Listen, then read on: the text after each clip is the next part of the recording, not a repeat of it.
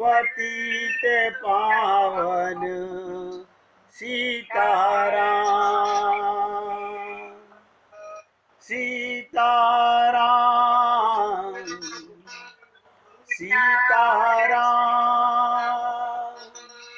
भज प्यारे मन सीताराम सीताराम सीताराम भज प्यारे मन सीताराम रघुपति राघव राजा राम पतित पावन सीताराम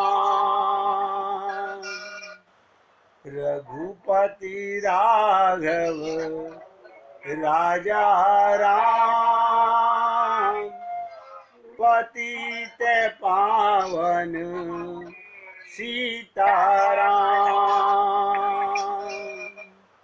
सीताराम सीताराम भज प्यारे मन सीताराम सीताराम सीताराम भज प्यारे मन सीताराम बोलिए सियापति रामचंद्र भगवान की जय राघवेंद्र सरकार की जय जय श्री राधे जय जय श्री राधे। सभी भक्तों से निवेदन, कल के साथ मानस रोग की जो चर्चा शुरू हुई है उसको अगर हम अपने हृदय में एक एक शब्द को प्रवेश कर लें, उसका सही सही अर्थ समझ लें तो बहुत ज़्यादा लाभ होने वाला है। निवेदन करना मेरा कार्य है। कल बहुत इम्पोर्टेंट आपके साथ चर्चा हुई थी। किसी ने हमसे पूछा कि कर्म कितने प्रकार का होता है। हमने कहा केवल 2 प्रकार का। आप भी सुनिएगा, एक भौतिक कर्म, एक आध्यात्मिक कर्म। कर्म को करने वाला मन, कर्म को करने वाली इंद्रियां वही होती हैं। ना मन होता बदलता है, ना इंद्रियां बदलती हैं, ना शरीर बदलता है। फिर ये अंतर क्या है? भौतिक कर्म 3 प्रकार के होते हैं। तामसिक कर्म, राजस्व कर्म और सात्विक कर्म। इन तीनों का फल 84 लाख योनियों में भटकना है। बहुत मोटे शब्दों में समझ लीजिएगा, जो व्यक्ति अपने को शरीर मानता है वो यही तीनों कर्म करता है। बस नटशैल में आपको बता रहा हूं, जो अपने को देह मानता है वो यही तीनों कर्म करता है। और ये तीनों कर्म, बहुत ध्यान सुनिएगा, पूजा पाठ भी बता रहा हूं, ये जप तप व्रत भी बता रहा हूं, ये सात्विक कर्म भी 84 लाख योनियों में ही लाके डालते हैं।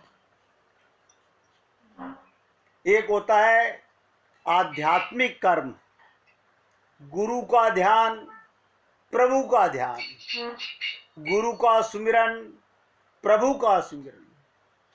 जो करता है उसका आत्म कल्याण होता है। ऐसा मानिएगा 99.99% लोग ये कर्म नहीं करते। आप लोगों ने एक बहुत संसार में जो प्रथा है काम की, उसको लोग क्या बोलते हैं? आजकल क्या कामकाज कर रहे हो? क्या कहते हैं? आजकल क्या कामकाज हो रहा है? अरे बाबा, राम काज नहीं हो रहा, काम काज हो रहा है। किसी दिन इसके ऊपर भी बहुत गहरा चिंतन करेंगे कि काम काज क्या होता है और राम काज क्या होता है। वही घर के बर्तन मांजना, वही रोटी बनाना, वही दुकान चलाना, अभी जो कर रहे हैं वो काम काज है। यही काम राम काज कैसे हो जाए, समझाएंगे। आएगी चर्चा इसकी भी, क्योंकि लंबी चर्चा है। मैं कल के प्रसंग पर आगे जाना नहीं चाहता।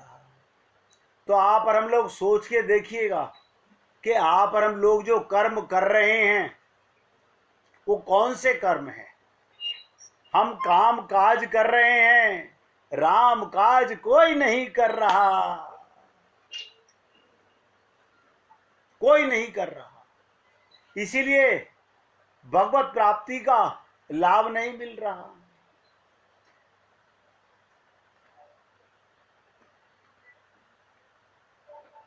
इसी के ऊपर ध्यान से सुनिएगा। जो काम काज करने वाले लोग हैं वो खास तौर से ध्यान से सुने। जिनका मन अभी भी संसार के, जिनका मन अभी भी संसार में रमण कर रहा है, इतना बताने के बाद भी छोड़ा नहीं जा रहा, उन लोगों के लिए एक कथा सुना रहा हूं। एक आदमी, बहुत ध्यान सुनिएगा, मर गया। एक आदमी मर गया। जब उसे महसूस हुआ तो उसने देखा कि भगवान उसके पास आ रहे हैं, भगवान उसके पास आ रहे हैं और भगवान के हाथ में एक सूटकेस है। एक एक शब्द पे ध्यान दीजिएगा। भगवान पास आ रहे हैं और भगवान के हाथ में एक सूटकेस है। भगवान ने कहा, पुत्र चलो, अब समय हो गया। भगवान ने कहा, बेटा चलो, अब समय हो गया। आश्चर्यचकित होकर आदमी ने जवाब दिया, अभी इतनी जल्दी? अभी तो मुझे बहुत काम करने हैं। मैं क्षमा चाहता हूं, किंतु अभी चलने का समय नहीं है। और क्या पूछा भगवान के हाथ में सूटकेस देख के? आपके इस सूटकेस में क्या है? भगवान ने कहा, तुम्हारा सामान। गहराई से सुनिएगा। भगवान ने कहा, तुम्हारा सामान। तो व्यक्ति बोला, मेरा सामान? आपका मतलब है मेरी वस्तुएं, मेरे कपड़े, मेरा धन, मेरी ज्वेलरी, मेरे मकान दुकान की रजिस्ट्रियां। भगवान ने क्या कहा? ये वस्तुएं तुम्हारी नहीं हैं, ये तो पृथ्वी से संबंधित रखने वाली हैं। आदमी ने पूछा, फिर क्या है इस सूटकेस में? मेरी यादें हैं, मेरी मम्मी, मेरे पापा, मेरी पत्नी, मेरे पति, मेरी बहनें, मेरे भाई, मेरा परिवार। भगवान ने जवाब दिया, वो तो कभी भी तुम्हारे नहीं थे। हैं?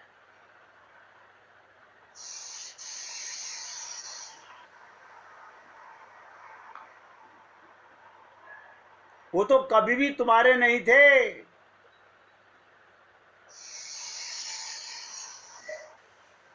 तो फिर क्या बोला?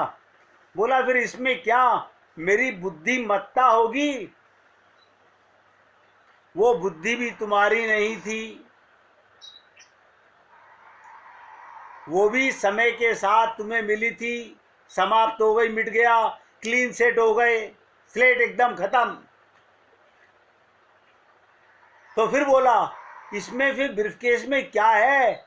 आपने मेरे परिवार की एल्बम रखी हुई हैं, मेरे बच्चों की, पोतों की, हमारी शादी की। इस ब्रीफकेस में मेरे परिवार, मेरे मित्र, वो क्या हैं? भगवान ने जवाब दिया क्षमा करो, वो कभी भी तुम्हारे नहीं थे, वो तो ट्रेन में चढ़ गए थे, पथिक थे राह के। वो मनुष्य बोला फिर प्रभु इसमें क्या है? मेरा शरीर होगा, आपने सूक्ष्म बना के रखा हुआ होगा। भगवान ने मुस्कुराकर कहा भैया बात मत कीजिए,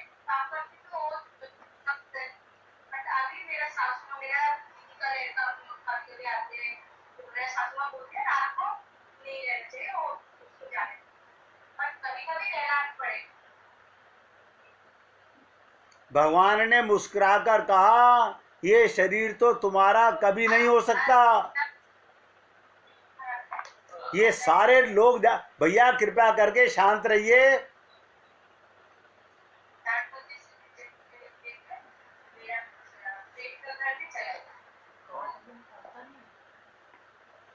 भगवान ने मुस्कुराकर कहा ये शरीर तो तुम्हारा कभी नहीं, ये तो राख होगा। हैं? हम तो इसके लिए पागल हुए पड़े हैं।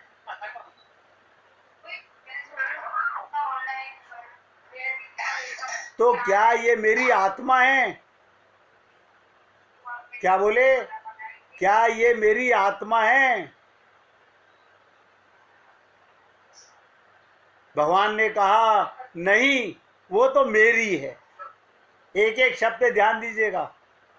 भगवान ने कहा आत्मा तो मेरी है। भयभीत होकर आदमी ने भगवान के हाथ से सूटकेस ले लिया, भगवान के हाथ से सूटकेस ले लिया और खोल के देखा सूटकेस में क्या है। आप ताज्जुब करेंगे, सूटकेस खाली था। आदमी की आंखों में आंसू आ गए। उसने कहा मेरे पास कभी कुछ नहीं था। भगवान ने जवाब दिया बेटा यही सत्य है। हर घड़ी जो तुमने जिया है वही तुम्हारा था। ये जिंदगी क्षणिक और वे ही क्षण तुम्हारे थे। इस कारण जो समय आपके पास है उसे भरपूर जिए, आज में जिए। देवी जी आपसे निवेदन है, शशि भाई जी आप बातें मत कीजिए, सब डिस्टर्ब हो रहे हैं।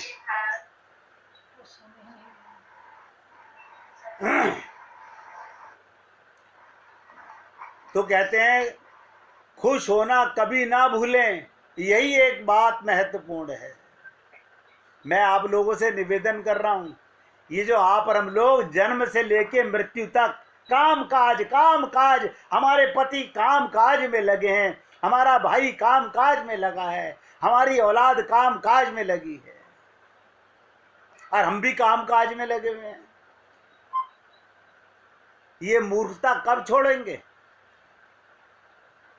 सांसारिक वस्तुएं, सांसारिक रिश्ते नाते, ये पंच महाभूत का शरीर जिनके लिए आप यहाँ लड़ते हैं, मेहनत करते हैं, आप यहां से कुछ नहीं लेकर जाएंगे।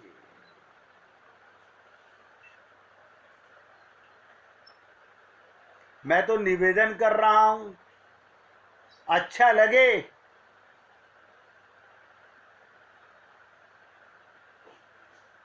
तो जीवन में उतारिएगा और सत्य संकल्प कीजिएगा। झूठे संकल्प तो हम लोग अपने गुरुओं के साथ बहुत कर चुके। नहीं, हम सारी सवा मनिया कर चुके, देवी जी की भी कर चुके, खाटू श्याम जी की भी कर चुके, राम जी की भी कर चुके।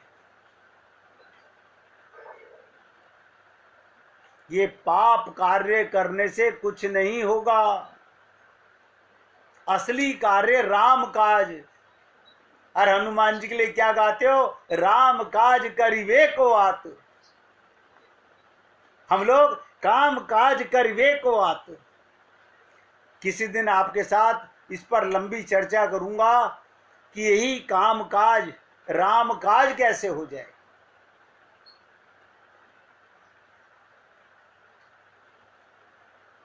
कल हम आपसे चर्चा कर रहे थे और मैंने कहा था कि बहुत इंपॉर्टेंट चर्चा है। एक हफ्ते की रिकॉर्डिंग यूट्यूब पर डल जाती है। 103 नंबर और 104 नंबर लेक्चर कल थे, नंबर नोट कर लीजिएगा। 103 नंबर और 104 नंबर बार बार सुनिएगा और सोचिएगा इनमें मैं कहाँ फिट होता हूँ। क्या मैं मंत्रा हूँ? क्या कि मैं केकई हूँ? क्या मैं राजा दशरथ की तरह हूँ?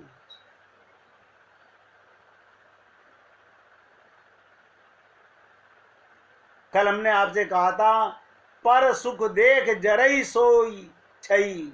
दूसरे के सुख को देखकर जिसको जलन होती है।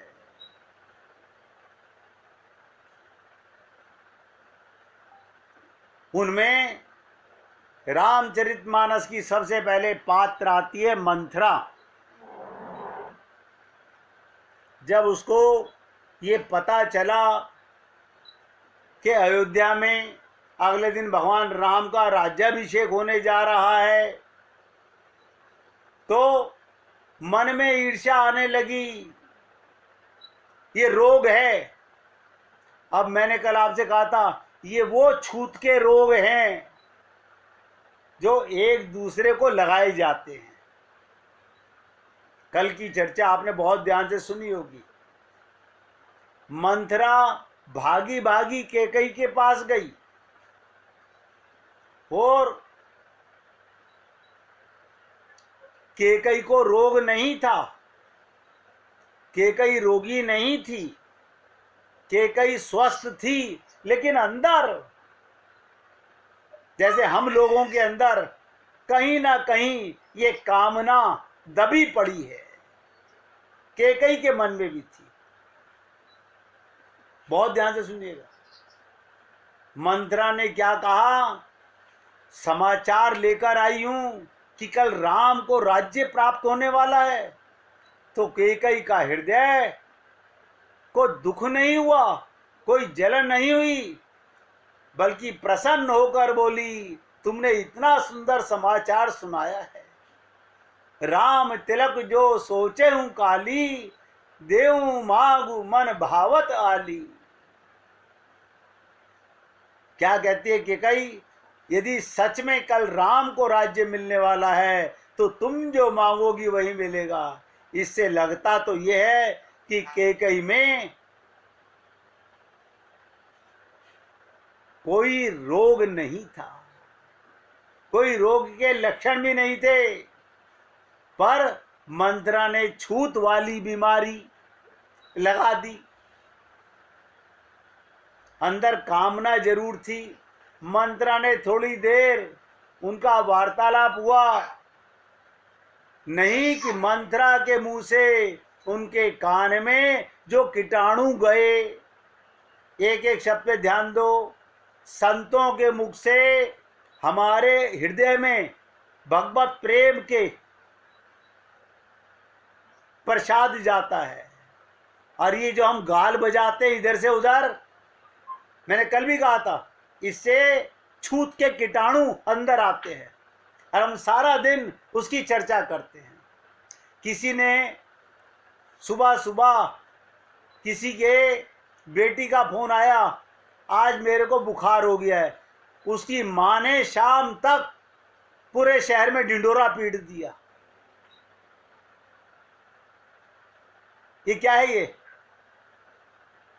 ये छूत के रोग हैं जो कान के अंदर से अंदर गए और उसने शाम तक ढिंडोरा पीटती रही। मंत्रा ने थोड़ी देर उनका वार्तालाप हुआ और मंत्रा के मुंह से कान में से कीटाणु निकले, मुंह से निकले और कान में बैठ गए और पूरी तरह कैकेयी बीमार हो गई और दशरथ जी से कह उठी, क्या कह उठी? भरत को राज्य दीजिए और राम को वनवास दीजिए। याद रखिएगा, आप हम लोग भगवान की संतान हैं। ये मेरा मेरा तेरा तेरा सब गोवर गणेश यहीं से पाया है। और क्या कहा रामचरितमानस में प्रसंग है कि होत प्रातु मुनि भेष धरी, जो न राम बन जाहि, मोर मरनु राउर असज, नृप समुझई मन माही। यदि सुबह होते ही राम राज्य छोड़कर वनवासी वेश में वन को नहीं जाते तो दशरथ को चैलेंज कर रही है, समझ लीजिए मेरी मृत्यु होगी और आपको कलंक लगेगा। तात्पर्य ये कैकेयी में मंत्रा के सारे लक्षण आ गए, छूत की सारी बीमारियां आ गई, संतों का मिला हुआ प्रेम तो हमारे हृदय में जाता नहीं, लेकिन ममता मोह आसक्ति के कीटाणु पहले से अंदर विराजमान हैं। वो किसी के सुनते ही ऐसे जाग जाते हैं, हम पागल हो जाते हैं। अरे याद ध्यान से सुनिएगा, आपका हमारा सबका ये मन खाली 5-10 लोगों में फंसा हुआ है, बाकी सबसे तो हम व्यवहार ही करते हैं। काउंटिंग करके देख लीजिएगा, अब छोटे परिवार हैं, आपका मन केवल 5-10 में फंसा हुआ होगा। मंत्रा ने ऐसी पट्टी पढ़ाई, ध्यान दीजिएगा, मंत्रा ने ऐसी पट्टी पढ़ाई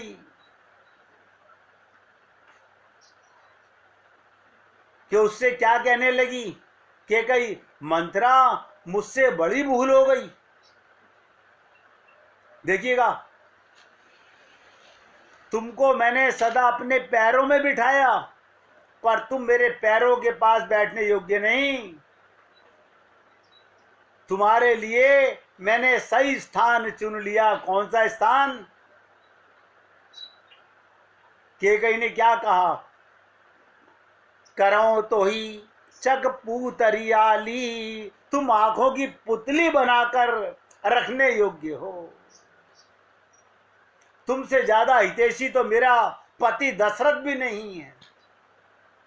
और सचमुच मंत्रा कैकेयी की आंख में ऐसी बैठी, जो मंत्रा देखती है कैकेयी को वही नजर आता है। कल भी मैंने आपसे कहा था, गोपियां परिवार में रहती हैं, पति के साथ सो करके उसके बच्चे पैदा करती हैं, लेकिन उनकी आंख की पुतली शाम के नाम की है। वो व्यवहार करती हैं। हम लोग भगवान से, गुरु से व्यवहार करते हैं, अपने परिवार से। अरे बाबा मर मिटेंगे, क्या बात कर रहे हैं आप? इन्हीं के लिए तो हम काम काज कर रहे हैं।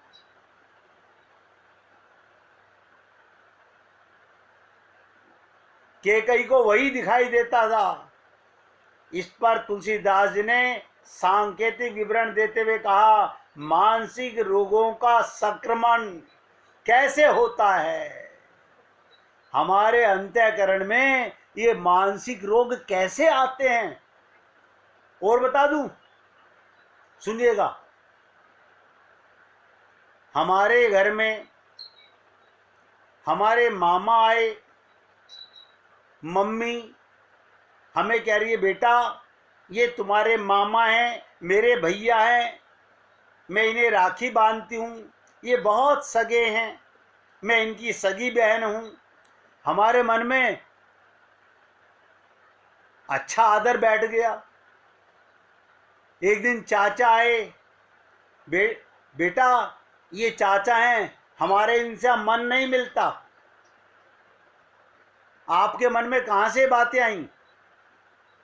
आपके माँ बाप ने बिठाई, आपके ही परिवार के लोगों ने बिठाई। कच्ची मिट्टी थी बालकों की, उसमें बैठ गई। मौसी बहुत अच्छी, बुआ बहुत खराब, मामी बहुत अच्छी, चाची बहुत खराब, नानी बहुत अच्छी, दादी बहुत खराब। इसी प्रकार से मंथरा ने जो बातें कैकेयी के अंतःकरण में बैठा दी, यानी आग की पुतली बन गई कैकेयी की मंथरा। मैं कल की चर्चा आज दोबारा क्यों रिपीट कर रहा हूं? आप भी सोचते होंगे, कल तो हमने सुना है ये रोग हम सब के अंदर हैं। गांठ मार लेना, सबके अंदर हैं। महाराज दशरथ भी कितने सद्गुण संपन्न महापुरुष थे, सोचिएगा, कितने स्वस्थ थे।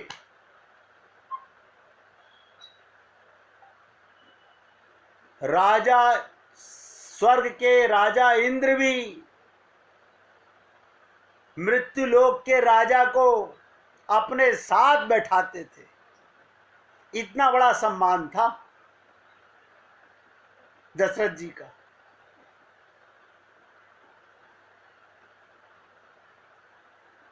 लेकिन कैसे रोगग्रस्त हो गए।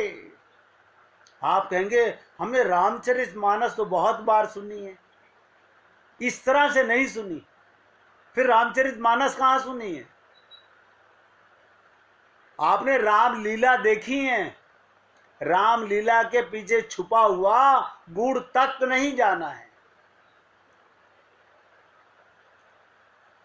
दशरथ को रोग कैसे लगा कि पत्नी रोगग्रस्त होकर के बैठी है। वो उनके पास जाते हैं। मैंने कल भी कहा था कि रोगी के पास तो वैद्य को जाना चाहिए था, गुरु को जाना चाहिए था। अन्य व्यक्ति कोई भी जाएगा वो भी रोगग्रस्त हो जाएगा। यहां पर दशरथ जी सावधानी नहीं कर पाते। एक एक शब्द ध्यान दीजिएगा, राम के पिता होने से बात नहीं बनती है। भगवान तो लीला में आए हैं उनके पुत्र बन करके। दशरथ जी सावधानी नहीं करते, परिणाम क्या होता है? वो भी मानसिक रोग के शिकारी हो जाते हैं। और दशरथ जी को दासियों ने सूचना दी थी कि कैकेयी कोप भवन में बैठी हैं, अर्थात रुग्ण हैं, छूत का रोग लग गया है। आप देखिएगा, आप और हम लोगों के परिवारों में किसी को कोरोना हो गया, कोई पास नहीं जाता था।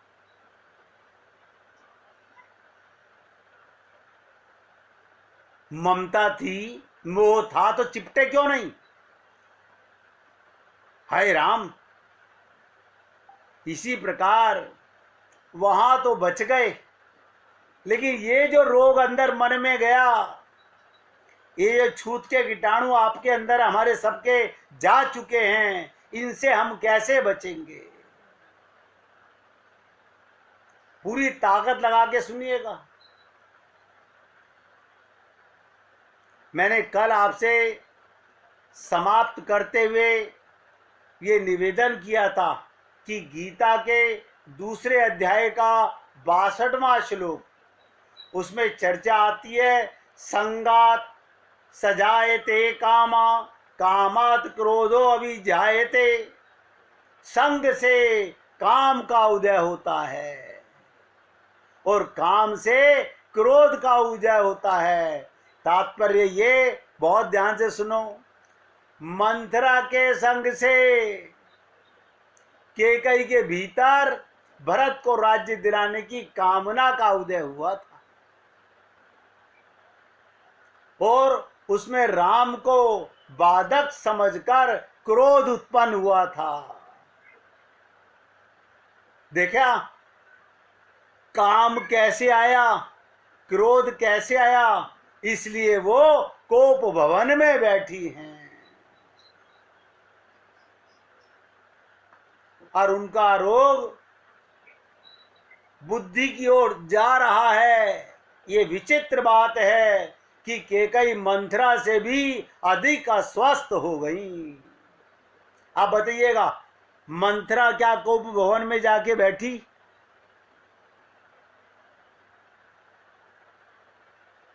केकई जाकर के कोप भवन में बैठ गई।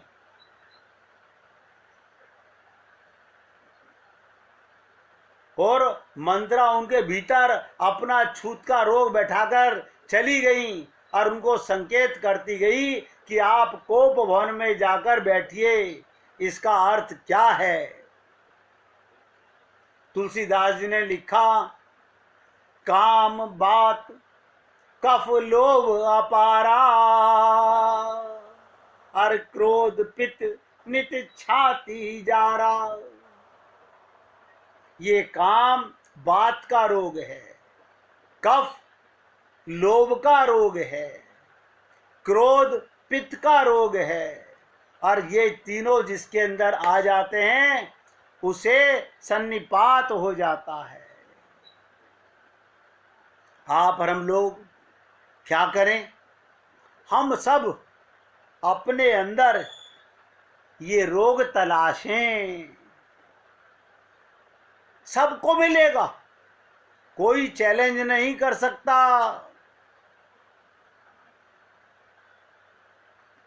कोई चैलेंज नहीं कर सकता। हम सब खूब पूजा करते हैं, खूब पाठ करते हैं, खूब भगवान की आरतियां करते हैं, लेकिन अपने रोग को बिना जाने मन ही मन खुश हो रहे हैं। अब हमारा तो कल्याण होने वाला है। अब हम रोज सत्संग सुनते हैं। इसलिए मेरे भाई, अगर हम रामचरितमानस के इन पात्रों को, मैंने पहले भी निवेदन किया था, एक एक पात्र का प्रसंग आपके सामने रखूंगा। कौन रोगी है, उसमें रोग कैसा है, और हमें उसके साथ साथ अपने को जज करना है और साथ ये भी देखना है कि वो रोग उनका कैसे समाप्त हुआ, वो हमारे लिए दवा होगी। अब हम छुपाते रहेंगे गुरु के सामने भी नहीं, ऑल राइट ऑल राइट, तो इसका मतलब अभी हम शर्म में गड़े नहीं हैं। अभी हम अपने मन के रोगों को मिटाना नहीं चाहते। समझ आए तो जीवन में उतारना और अपने रोग को पहचानना और उसका इलाज ध्यान से सुनना। अब 1 मिनट कीर्तन